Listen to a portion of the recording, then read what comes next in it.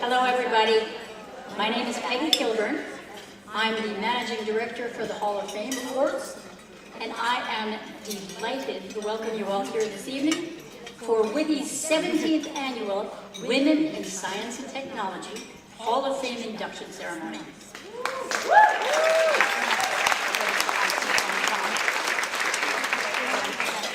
As most of you know, WITI's Hall of Fame was established in 1996 to honor and promote the outstanding contributions that women make to the scientific and technological communities that improve and evolve our society.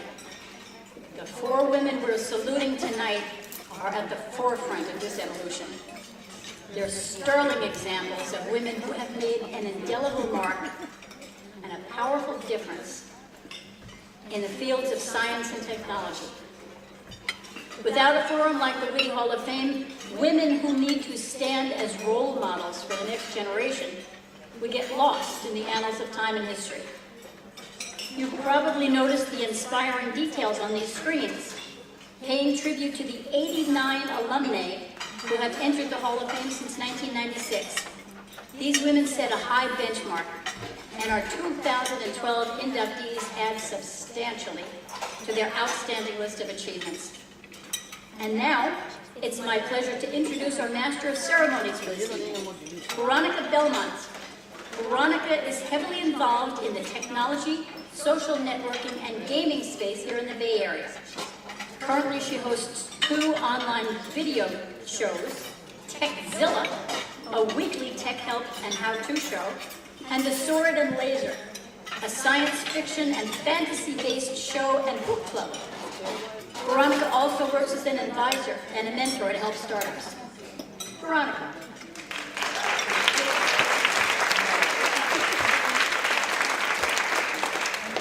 Hello, everyone. It's an honor to be in the room tonight with such a powerful gathering of exceptional women in science and technology. I'm absolutely delighted to take part in this celebration of excellence with you. On behalf of WITI and Silicon Valley, I'd like to thank our friends, colleagues, and associates who have graciously traveled from all over the world to be here tonight. On behalf of our honorees, past and present, as well as our sponsors, guests, and friends, we offer a very special thanks to WITI's founder, Carolyn Layton.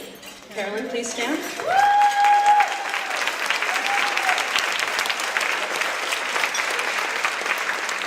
Her son and WITI president, David Layton.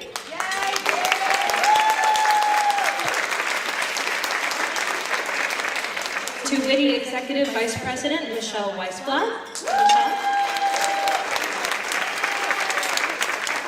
And to all of WITI's dynamic team for enabling us to experience the Hall of Fame Awards and the Women Powering Technology Summit every year.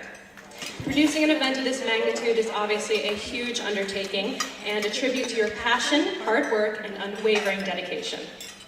We would also like to thank each of you in this room tonight because you wouldn't be here if you didn't understand the significance of these women's contributions to the evolution of our global society and unquestionably to our history. All of you are helping us pave the way for future generations of scientists and technologists by helping to make this evening possible. It's both humbling and inspiring to be in your presence. Before we meet this year's distinguished honorees, I'd first like to bring to the stage a woman whose vision continues to illuminate the path for women worldwide. A woman who ignited a movement that spans across the US and throughout the world. A woman who forged ahead in turbulent times, particularly when the thought of hiring, advancing, and equality for women in the workplace was essentially unthinkable. May I present a visionary, a trailblazer, and an extraordinary woman, WITI's founder, Carolyn Layton.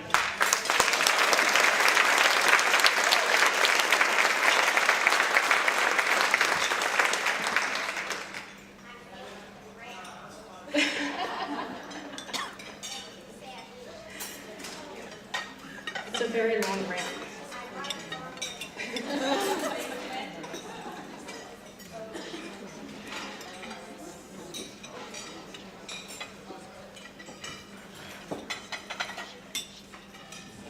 Two of my favorite words are be brief. So tonight, I'm going to be very brief because there are women being inducted into the Hall of Fame tonight, who are absolutely astonishing.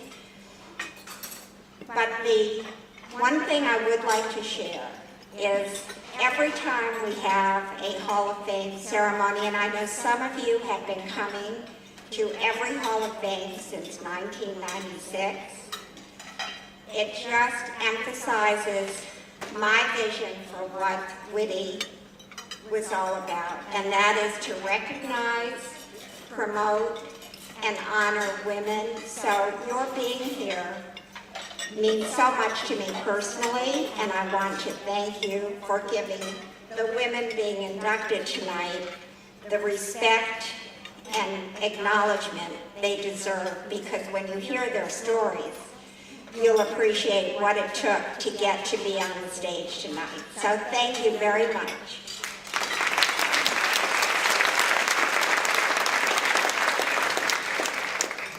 Members of the WITI Hall of Fame are women who have made outstanding contributions based on one or more of the following criteria. First, having directly made an exceptional contribution to the advancement of science and/or technology. Second, facilitated and created programs that motivate young women to choose careers in science and technology. Third, a woman who enabled and encouraged other scientific and technical women to advance in their careers. And fourth, a woman who created scientific or technological innovations which promote environmental harmony, support humanitarian endeavors, or improve the human condition. And on that note, ladies and gentlemen, we now begin the 2012 WITI Hall of Fame inductions. Our first honoree, Dr. Joanne Martin, is an IBM Distinguished Engineer and Vice President of Technology in IBM's Enterprise Transformation Organization. Dr. Martin is responsible for supporting the development of IBM's technical strategy and for the vitality of the global technical community. She is past president of the IBM Academy of Technology. She's held a variety of technical and executive roles since joining IBM in 1984, and she was named by Working Mother magazine as one of the 25 most influential working mothers for 1998. Dr. Martin earned a PhD in mathematics from the Johns Hopkins University and began her research career at the Los Alamos National Laboratory. Let's take a closer look at Dr. Martin's journey.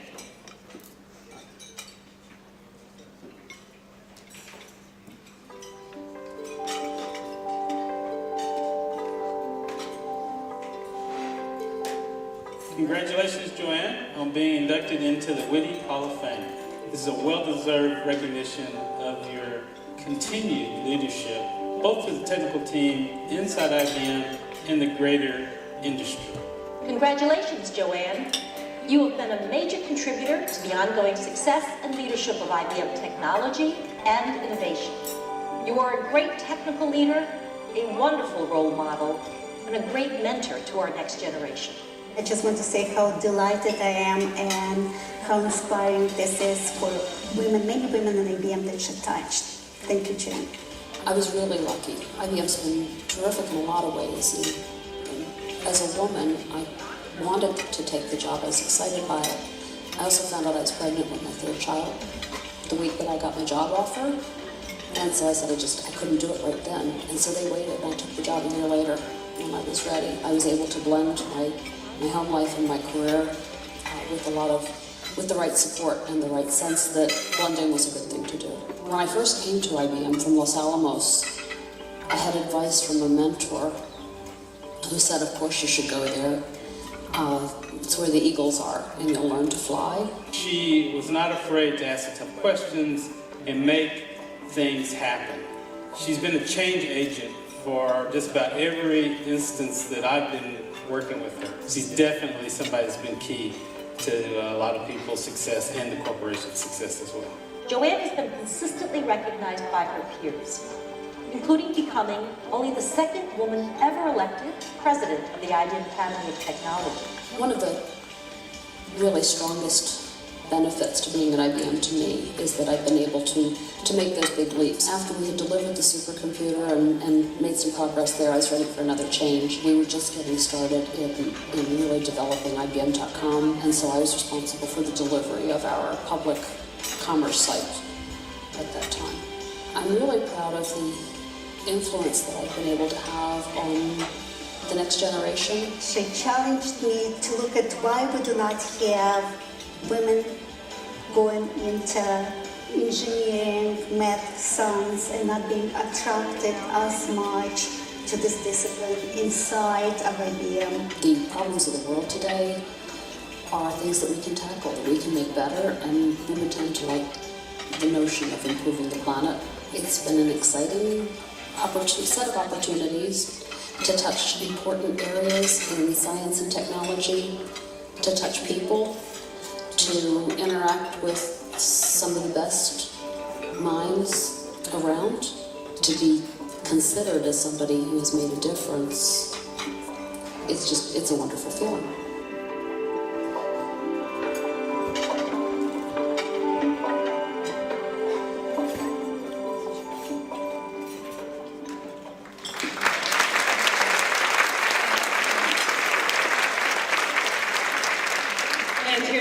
Dr. Martin's fellow IBM colleague, Sandy Carter, Vice President of Social Business Evangelism and Sales at IBM. Sandy, a 2010 inductee in the WITI Hall of Fame, is one of the top 10 women pioneers in social media who will serve as a role model for future generations of women and girls to use social media to advance their status. Sandy also founded the IBM Super Women's Group, a networking and mentoring group for IBM women in technology. She is a recognized leader in social business, a best-selling author, and one of the most influential in Web 2.0 technology. Sandy?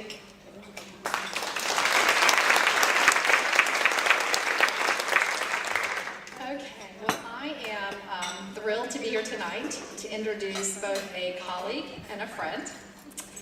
And I hope I don't cry, because I think this is such a touching moment for a couple of reasons. Joanne has been with IBM, believe it or not, you're not going to believe this, but 28 years. And, you know, one of the great things about IBM is that you can come to IBM and do all kinds of different things. She's changed careers every couple of years to really drive different technical initiatives. And if I look at what she's done in the technical world, she is a true strategic thinker. She is hands-on technologist, which is amazing for her skill base, and she is a passionate advocate on behalf of women. Now, in addition to all the technical things that she's done, she has 2 daughters and a son, and I would love for you guys to give it up for her daughter who's here from Colorado, Corey. So thank you. And Joanne was going to bring her 2 granddaughters, but she thought she should leave them at home tonight. She's got 2 beautiful granddaughters as well. Now, Joanne at IBM is something that we call a distinguished engineer. And this is something that's very, very special at IBM. There are very few distinguished engineers, even fewer women distinguished engineers. She's also the Vice President of Technology. Now, one of the really cool things I think that Joanne has done is we have something called the Academy of Technology. And this is a group of our best technologists at IBM, best across the world. And Fran Allen was the first woman ever elected president of that academy. And Joanne Martin was the second woman who was elected president. And one of the things I think that's really impactful about that is since she was elected president, we've had more women as members of the technology. In fact, twice as many women now as members of the Academy of Technology. And Joanne has been a very passionate mentor of women, and in fact has mentored 6 women to the level of distinguished engineer and fellow. Again, another great honor at IBM. She is a truly dynamic woman, a woman of honor, of skill, of grace, and of talent, and it's my pleasure to introduce Dr. Joanne Martin.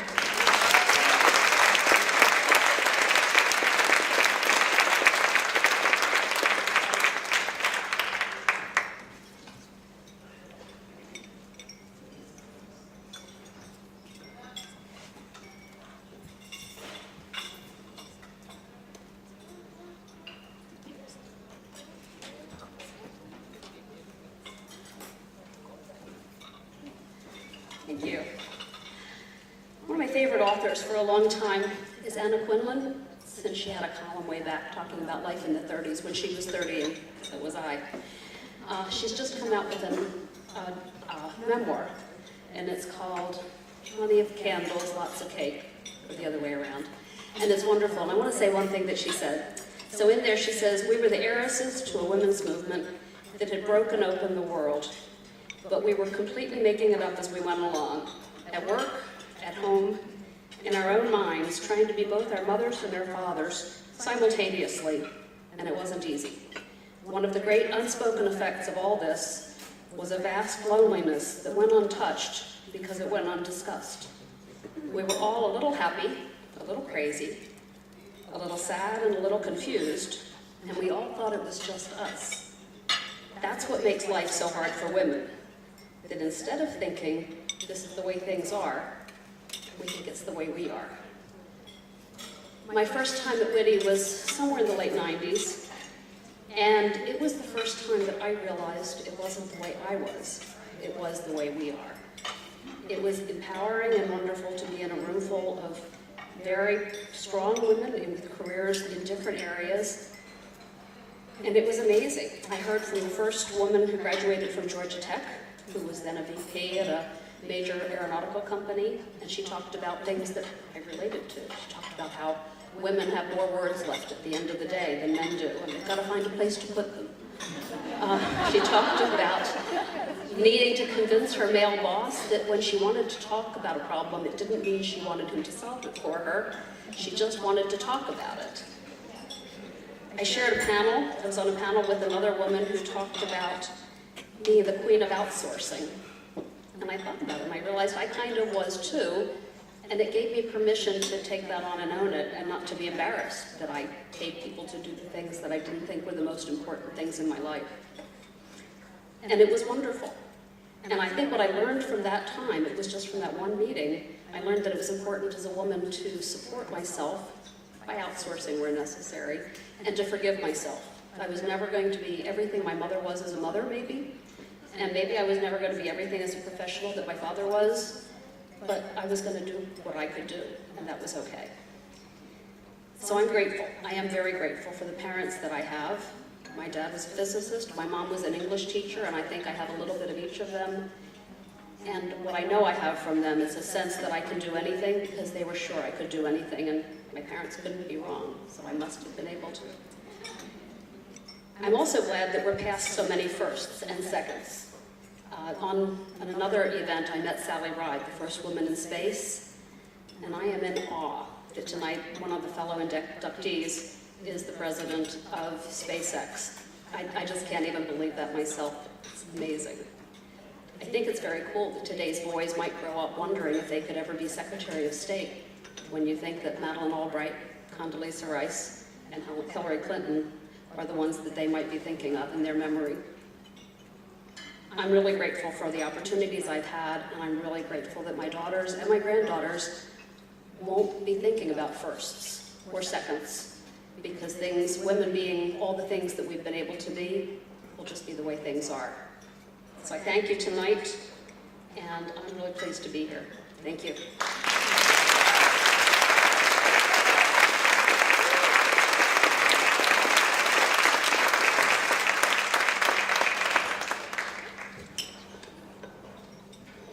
Very moving.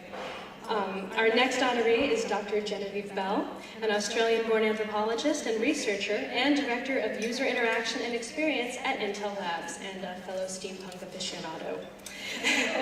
Dr. Bell has fundamentally altered the way Intel envisions and plans its future products so that they're centered on people's needs rather than simply on silicon capabilities. She is the co-author of the book entitled Divining the Digital Future, Mess and Mythology in Ubiquitous Computing. She was named one of Fast Company's inaugural 100 Most Creative People in Business, and she is the recipient of several patents for consumer electronics innovations. Dr. Bell earned a PhD in cultural anthropology from Stanford University, where she also served as a lecturer in the Department of Anthropology. Let's see more about Dr. Bell.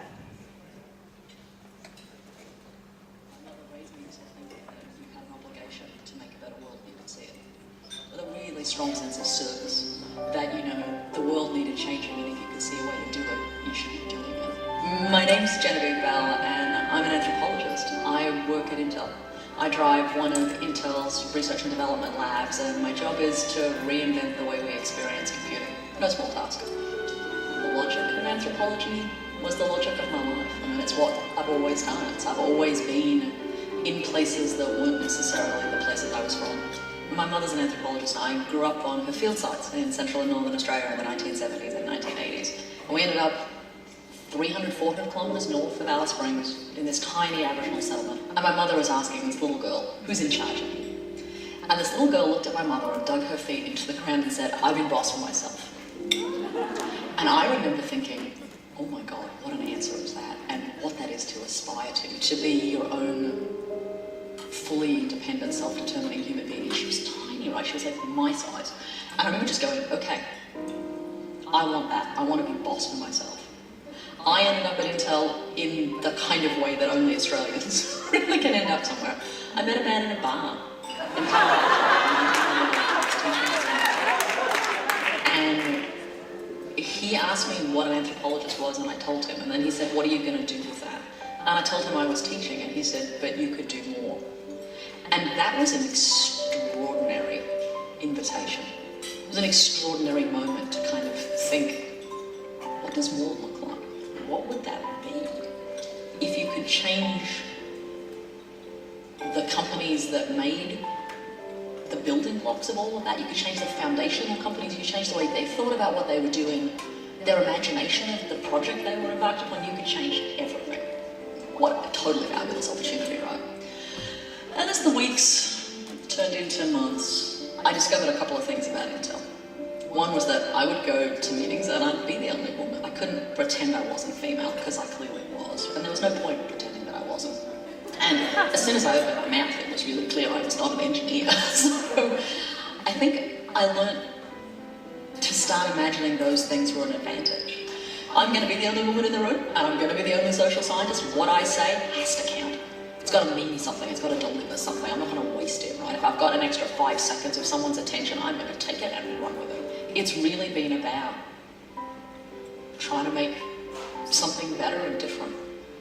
And you know, somewhere along the way, you actually start to be successful. The day I knew that we were making a difference, the CEO of the company, Paul Oceanic, stood up and said the future of computing is experiences. That is an extraordinary thing to hear out of the mouth of the CEO of a technology company. Technology is only as good as what it will do for people. Experiences there are the things that are going to matter to us. It's how we connect to our friends and our family, how we entertain ourselves and others, how we manage our lives, how we conduct our day-to-day activities. Experiences is all of that. What do I hope my legacy is? God, that's such a cheeky question.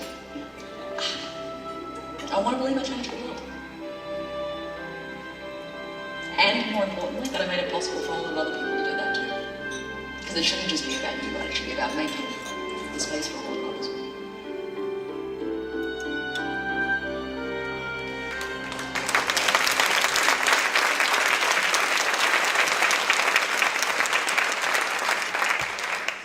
Introducing Dr. Bell as her Intel colleague, Principal Engineer Dr. Horst Haushacker.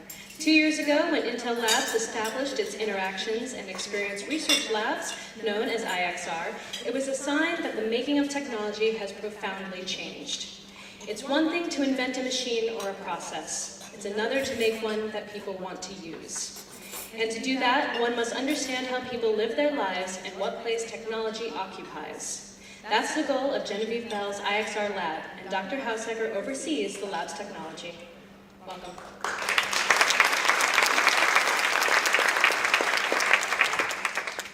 Genevieve Bell likes to introduce herself in presentations by showing a picture of her as a girl in the Australian outback holding a dead lizard, which she hunted and killed for dinner. Now, that would be odd enough. But where I come from, lizards do not grow bigger than about 6 inches in length, and they don't bite.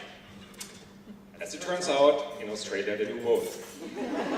What she held in her hands was about 5 feet long, with nasty teeth, and most people would consider it a dragon, and not a lizard. Now, slaying proverbial dragons is something that Genevieve Bell has done many times in her life and her career. She always set out to take on big, seemingly unsurmountable challenges, and she prevailed. One of those was to become the second female fellow in Intel's corporate history, just a few years after joining. And more recently, she embarked on a quest to do nothing less than changing the future of computing. And I'm sure she will be successful here as well. I met Genevieve Bell when I gave a presentation to Intel's executive staff. I presented a project that was a little bit off the beaten track. And I quickly realized that Genevieve was not only one of the most intelligent people in the room, but she also listened. She truly listened to what I had to say, and she supported and shaped my ideas. Unlike other people in the room who tried to find flaws, she was supportive, and she encouraged me to pursue my vision and my dreams. Our path crossed again a couple of years later when Genevieve was in the middle of creating a very new organization within Intel Labs that would fundamentally change the way we develop products by starting with people and their needs, and not with technology in search for purpose. To my big surprise, she offered me to run her technology lab, and my first thought was, why me? She doesn't know me, she barely knows me, why me? I didn't say it back then, but when I asked her later, her response was, because I saw your potential. Now, we could all argue whether or not she was right, but that response was fairly typical for Genevieve. She always looks for potential in others. She always shares her great success, and she brings others along to be successful as well. I've never seen anyone who was more sincere in truly mentoring and coaching other people, especially women. Genevieve is a true leader. She's inspirational and visionary. She always fights for her ideas and her dreams, and for the people who are willing to follow her. It is my great honor and pleasure to work for and to welcome Dr. Genevieve Bell to the WITI Hall of Fame.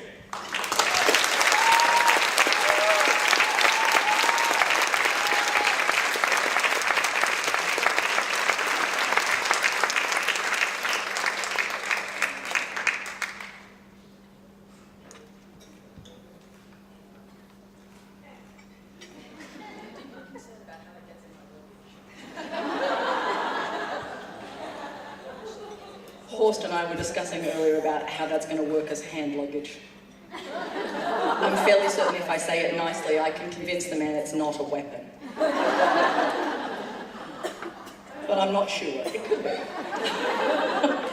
It is my extraordinary honor to be here. I think, much like Joanne, I had a moment of going, I'm being inducted by a woman who puts rockets in space.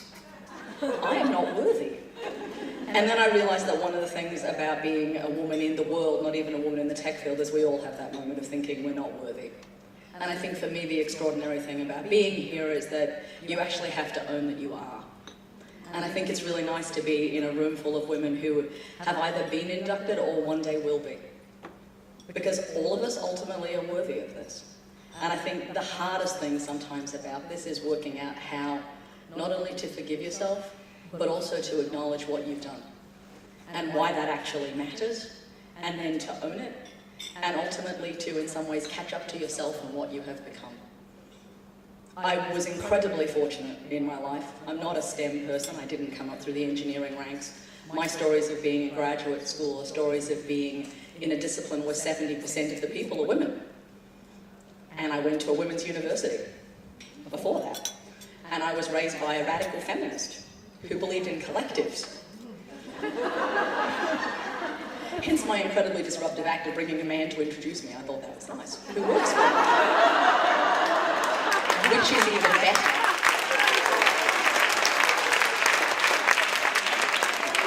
And whom I do see great potential, which is good. But it's true. So when I came to Intel, I was kind of surprised. But I wasn't naive about the tech field, but it wasn't my chosen profession. I thought I'd be an anthropologist. I thought I'd be a professor. I thought I would be teaching in some small university in the middle of nowhere doing Native American studies, which was my art and my craft. But I met a man in a bar, and I always need to clarify for an American audience, I didn't marry him. It's very important, but he was a venture capitalist, so he led me astray in a different kind of way.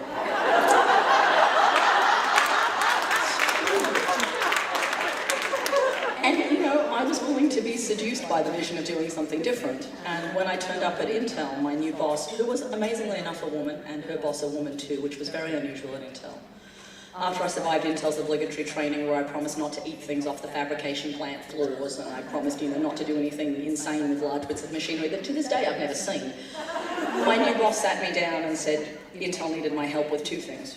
Which is always good, right? It's nice to have a job where they just need 2 things. And I'm their first social scientist. I'm like, what are those things? And she said, we need your help with women. And I remember thinking at the time, yeah, you don't have any. But because I was a freshly minted PhD from Stanford, I said the much more obvious question, which is, which women? And my boss, who was not a social scientist, said all women. And I'm still going, really? You mean all 3.2 billion? She said, yes, that would be very helpful. And I'm like, okay, what do you want me to do with 3.2 billion women? Because I'm thinking, you make microprocessors. Women, not so much. And they're like, it would be really good if you told us what they thought. Exactly. And so in my notebook for the day, I write down women all and underline it several times. And think to myself, what is the project by which I could explain women all to Intel? And then I realized my boss wanted help with a second thing. And I'm thinking, oh my God, please let it be men. Because this would at least round out the equation and make it so much easier. And my boss says, no, we need your help with ROW. And I write that down and realize I don't know what that means either. I'm on my way to being the worst employee day 2. So my boss, what's that? And she says, that's rest of world. And I'm fairly certain I'm from rest of world at this point, so I say, by way of clarification, what's world? And she says, that's America. I'm like, okay, good. So you'd like my help with women and everyone else? And she said yes. And I thought, well, either this job will burn me out in 6 months, or I have the best job in history. And it turns out I have the best job in history. I mean, no offense, Gwynne, I think rockets may be the second best job in history. But as it turns out, getting to explain people to a technology company might be the best gig in history. Because my whole job, my whole reason for being, is about transforming the technology that will be a part of and is already a part of every life in this room and every life on this planet. And I'm incredibly lucky that I get to do that job. I'm incredibly lucky that my mother, when I was very small, told me that I was smarter than everyone else and I just should go do it. And she really wasn't interested in negotiating the details. Okay, good. And she has persisted in that theory ever since. I'm lucky that, whilst I'm not close to most of my father's family, they're all engineers and they've trained me to take things apart. I may have been kicked out of my first anthropology class at 4.5, but I dismantled my first engine at 5.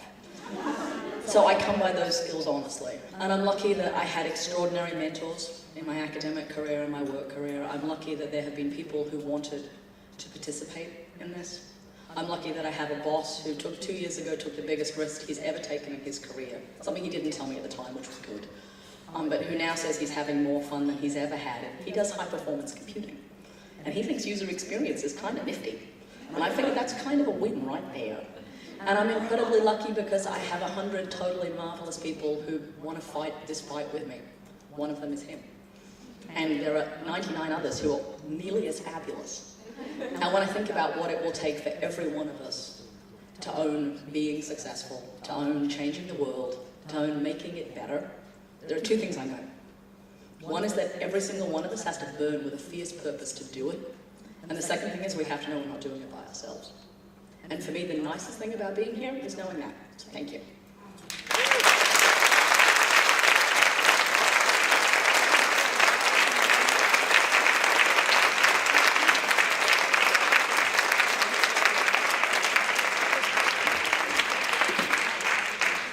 Before we introduce our next honoree, let me take a moment to mention that tonight is the 17th Annual Hall of Fame Awards Dinner. It's also a fundraising event for the Women in Technology International Foundation, a nonprofit foundation. The WITI Foundation donates all after-tax profits to programs that encourage young women to choose careers in science and technology. You see, WITI is not only about celebrating innovators, but is also actively committed to paving the way for future leaders. So we encourage you to support organizations like WITI because it's essential to our global future. Again, you help to make this possible. Our next inductee is Dr. Jane Lubchenco, the Undersecretary of Commerce for Oceans and Atmosphere and Administrator of the National Oceanic and Atmospheric Administration, better known as NOAA.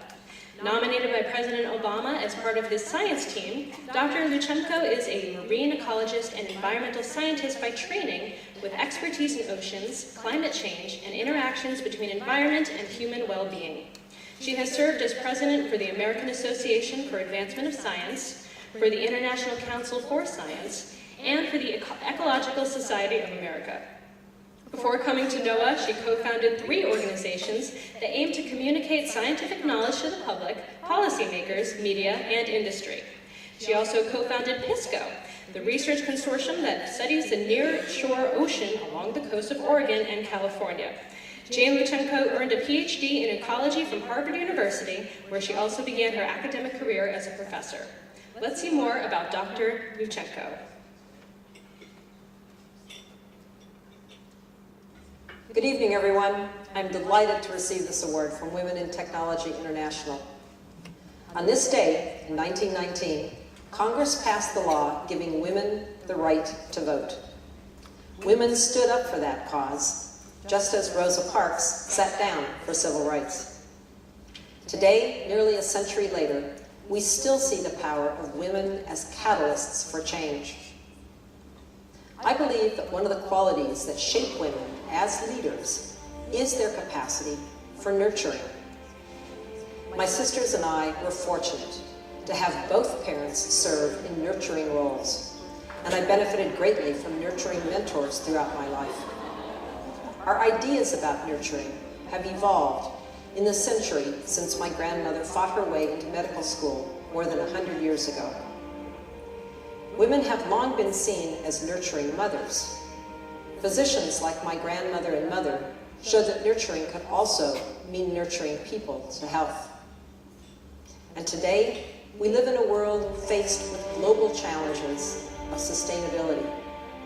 The grand challenge is to provide basic food, water, and shelter to people around the world while restoring the natural environment that sustains us all.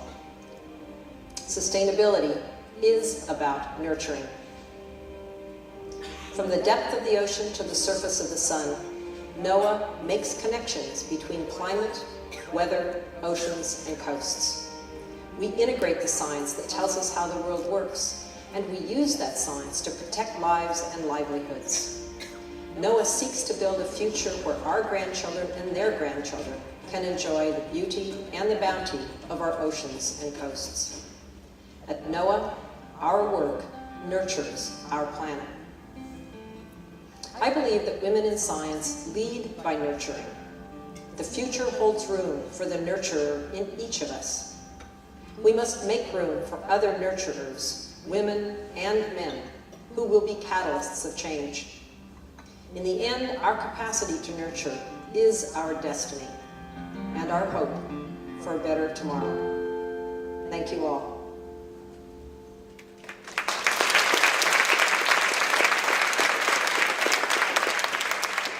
Here to say a few words about her friend and colleague is Dr. Jolly Dye, managing partner at Aurora Equity and a 1996 inductee in the WITI Hall of Fame. A noted biologist, Dr. Dye has served as treasurer of the U.S. Space Foundation, as director of science at the Packard Foundation, and as science liaison to the President's National Science and Technology Council.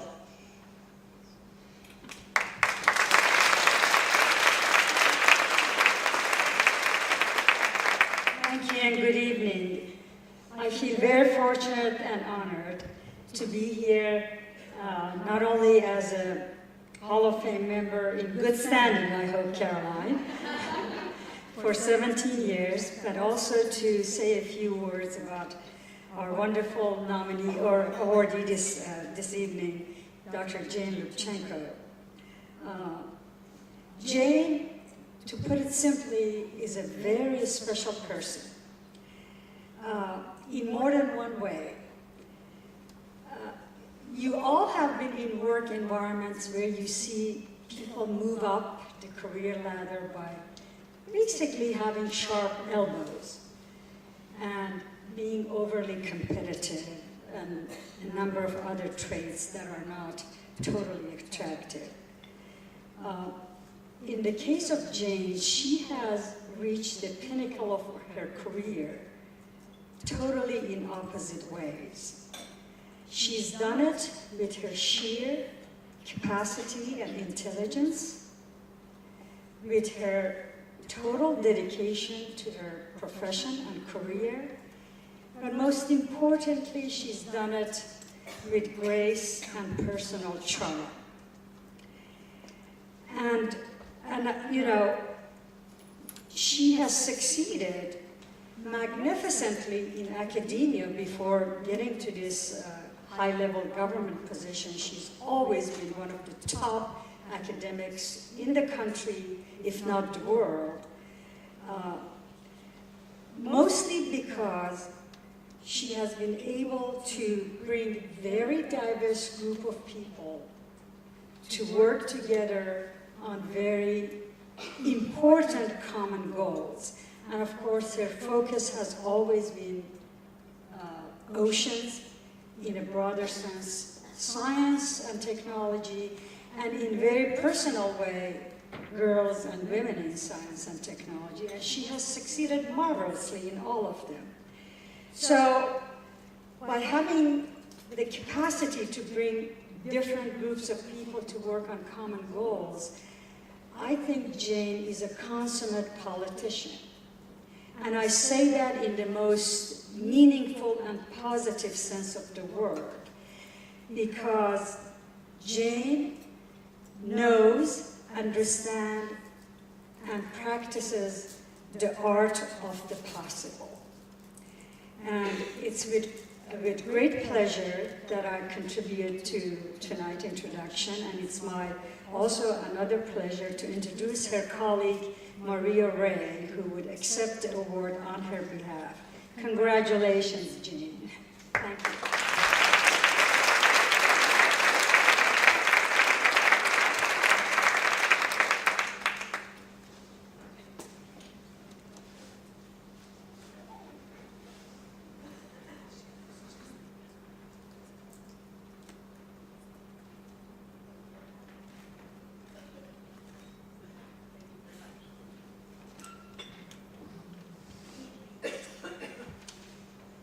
Thank you, Jala. Thank you. It's an honor for me that Dr. Lubchenco asked me to accept this award in Women in Technology International on her behalf. She wanted to be here in person and unfortunately had to be in Washington, D.C. this week for important issues that are very much related to the reason why she's the recipient of this award tonight. It's Coastal and Ocean Week in Washington, D.C., and for all of you who can appreciate her stewardship of the oceans, you can see why she would need to be there. She asked me to express her deep appreciation and pleasure for this singular honor and her congratulations to the other recipients. If she were here, I know she would say that she believes those in science and technology fields have an obligation to do more than research. They also should share their research and technology knowledge broadly, serving society by working on problems that are relevant to social challenges. Organizations such as WITI are critical to this effort by championing women who work in science and technology and supporting their innovation and leadership. What we do at NOAA is a great example of the importance of science and technology in our world. Every citizen depends on NOAA for weather information, from the 5-day forecast to the life-saving weather alerts. Fishermen and fisherwomen rely on NOAA's calculations of fisheries abundance to sustainably harvest seafood for national consumption. And in California's Central Valley, where I work, our biologists, hydrologists, and ecologists carefully evaluate the effects of withdrawing water from the estuary, allowing for both a resilient ecosystem and allocations of water for important agricultural and urban economies in California. NOAA's research and communication on ocean resources is vital to a growing global understanding of the importance of shared stewardship for the oceans for future generations.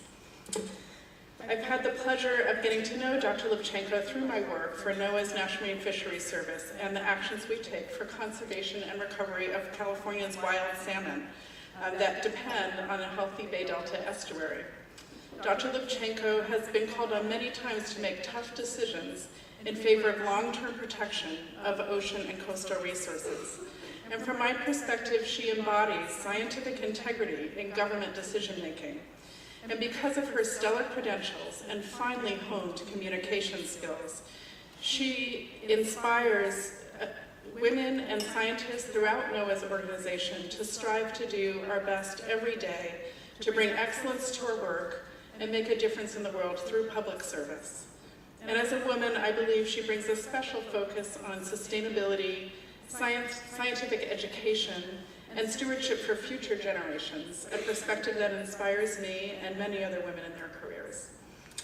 In conclusion, I'd like to thank WITI again on her behalf, and also the people who nominated Dr. Lubchenco for this award, the Women's Council on Energy and Environment, especially Executive Director Joyce Chandran and Christine Tazek. Thank you very much.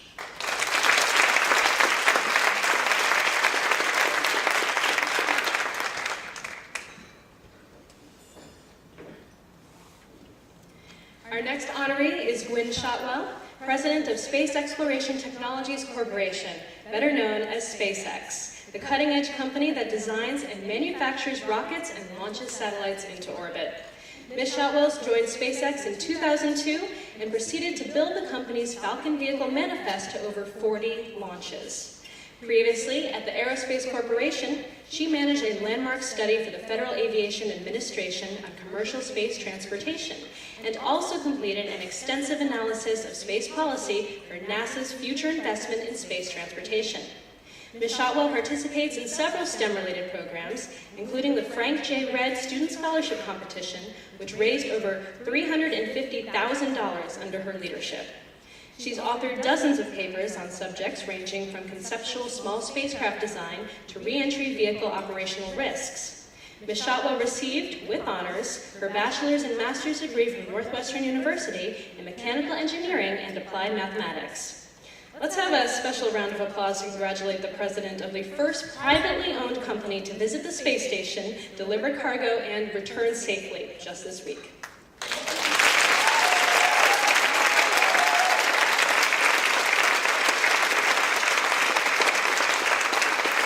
And now let's take a closer look. My name is Gwynne Shotwell. I'm president of SpaceX, or Space Exploration Technologies, which is the coolest company on the planet. SpaceX comes at a critical time in this country. I think it's a shame that 40 years ago we took men to the moon, and now we can't even take our own astronauts to low Earth orbit. Gwynne Shotwell is a rare human being. She has taken a company that was, a bit of a long shot, frankly, to start with. And she sold rockets when there were no rockets to sell. I was born in a small town just north of Chicago called Libertyville with my parents, my two sisters, Bridget and Bronwyn, and our 4 cats. I was a straight A student in high school. I was an athlete, and I was a cheerleader. My mother dragged me once to a Society of Women Engineers event on a Saturday afternoon, and I was really enamored by the mechanical engineer that spoke that day.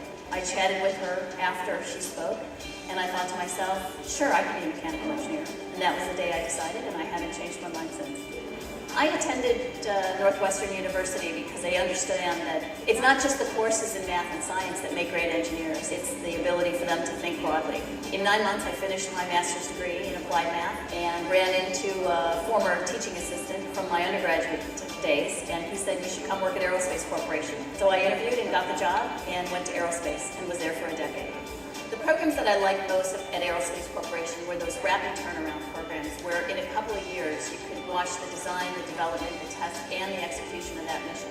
So I met Elon Musk when I was dropping a friend off who had just recently joined SpaceX and shook his hand, said hello, and you need a new business developer. And I guess he agreed with me because I got a call later that afternoon from his assistant Mary Beth saying Elon would like me to interview for the new VP of Business Development position.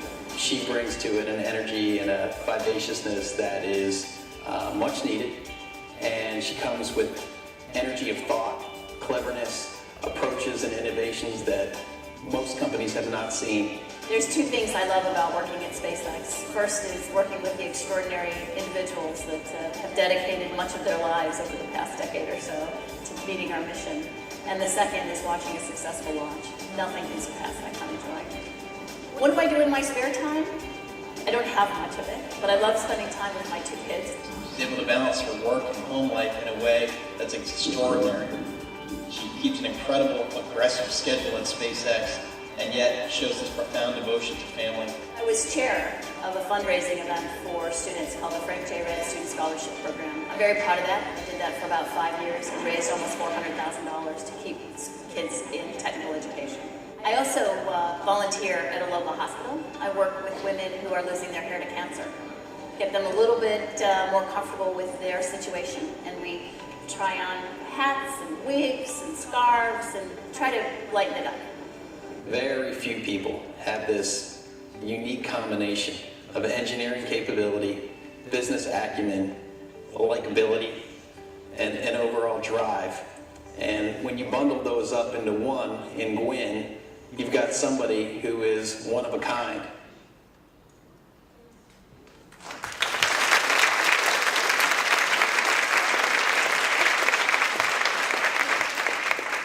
Introducing Gwynne Shotwell is fellow aerospace colleague Shirley McCarty, a 2003 inductee in the WITI Hall of Fame, and a pioneer in both computer and software development and technology management for the aerospace industry. Shirley designed one of the first precursors of internet technology, and over 3 decades she designed and implemented unique, innovative applications that are still critical to national security today. She has significantly contributed to advancing the professionalism of women by inspiring women to pursue their full potential.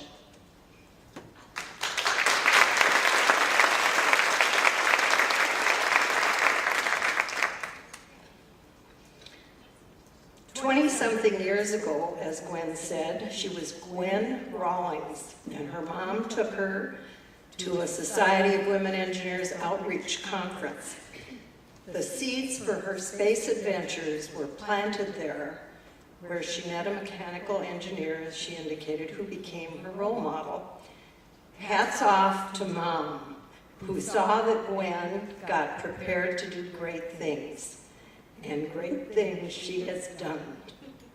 Today, Gwynne Shotwell is a true pioneer for a new era of space exploration. In the past, governments conducted the majority of the research and development that led to new ventures in space, like the Space Shuttle and the International Space Station. Today, private industry is taking the lead in reducing costs, streamlining processes, and innovating vehicles that carry cargo and eventually people to space. And Gwynne Shotwell is in the catbird seat. On May 22nd, when SpaceX Corporation's Falcon 9 rocket went roaring off toward the International Space Station, it became the first commercial vehicle to dock and to bring supplies to the station's resident astronauts, 240 miles above the Earth. 9 days later, when the Dragon capsule came floating down from the heavens to land off the coast of Southern California, it became apparent to members of the space community throughout the world that Elon Musk's dream of affordable space flight was becoming a reality. And that Gwynne Shotwell, SpaceX's president, had led the corporation's 1,800 engineers and technicians in a successful mission that is changing space transportation in much the same way that Henry Ford's Model T changed ground transportation early in the 20th century. Like Ford's era, there will be winners and losers. Mr. Ford put my husband's grandfather's livery stable out of business. One of the winners might just be the recently launched venture to mine asteroids for minerals. Being a confirmed space junkie, I was delighted to nominate Gwynne Shotwell for the WITI Hall of Fame, not only because she richly deserves this honor, but also because the timing of the Dragon flight and this awards banquet is an excellent example of that highfalutin word serendipity. Congratulations, Gwynne. Let there be many more dragons.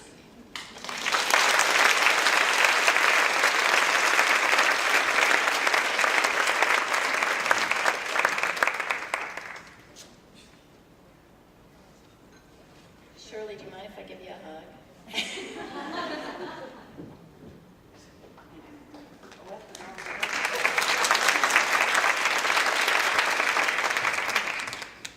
Well, it is such an honor to be here.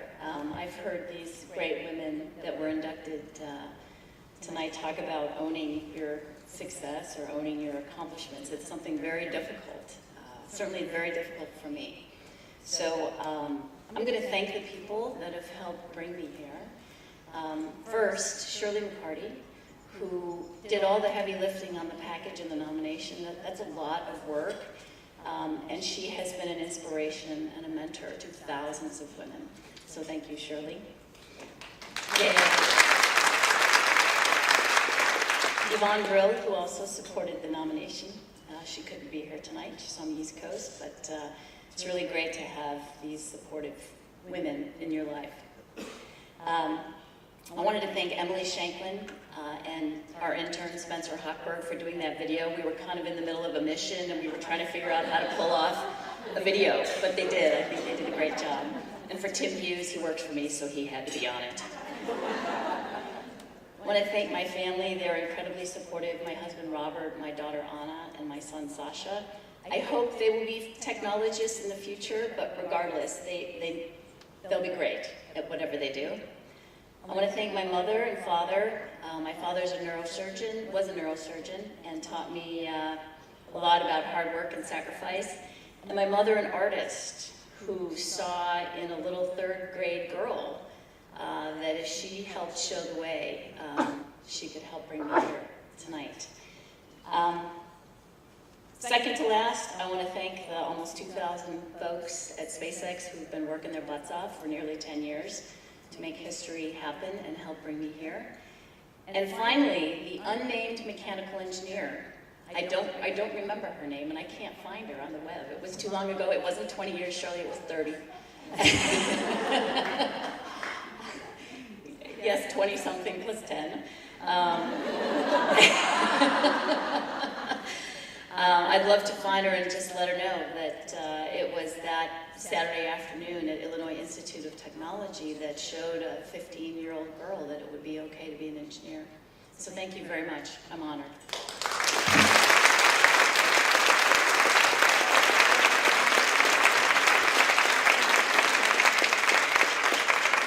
All right, ladies and gentlemen, this concludes our program for this evening. It has truly been an extraordinary night. I'm absolutely in awe of all the women who have been up on stage and of all the women I've met here this evening.